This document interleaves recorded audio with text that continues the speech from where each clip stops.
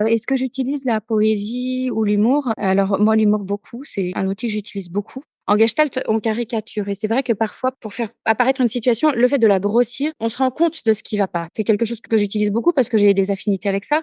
La poésie aussi parfois, mais ce qui est important, c'est, de vous accompagner et de vous faire accompagner par les biais qui vous parlent. Il y a des gens pour qui, la poésie est un média très important donc allons-y pour la poésie. Il y a des gens pour qui, c'est mettre ses mains dans le sable, mettons nos mains dans le sable. Bah, moi, je fais en fonction de mes médias à moi, mais les gens qui vont venir me voir, c'est des gens à qui mes médias parlent, en fait et c'est important de se donner le droit. Moi, je me pose beaucoup de questions sur la création artistique. Quand on interroge des artistes, ils finissent toujours par vous dire d'une façon ou d'une autre qu'ils font ça pour survivre, hein, c'est-à-dire que s'ils créent pas, ils meurent.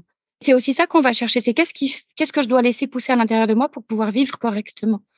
Et l'accompagnement, il a besoin de s'appuyer là-dessus. C'est vraiment une question qu'on peut tous se poser. On n'est pas obligé d'aller voir un professionnel pour ça.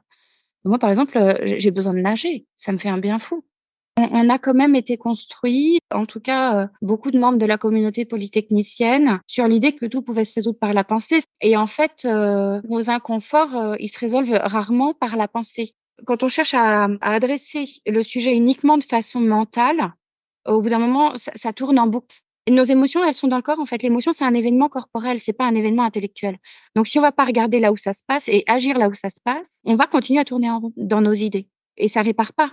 On peut comprendre un traumatisme, on peut par exemple un viol, par exemple un traumatisme de guerre, on peut le raconter, mais l'empreinte corporelle, pour la désactiver, il faut utiliser par exemple le MDR, moi j'utilise l'EFT, qui sont des outils qui vont adresser le système nerveux, le corps, parce que sinon, ça va pas se désactiver.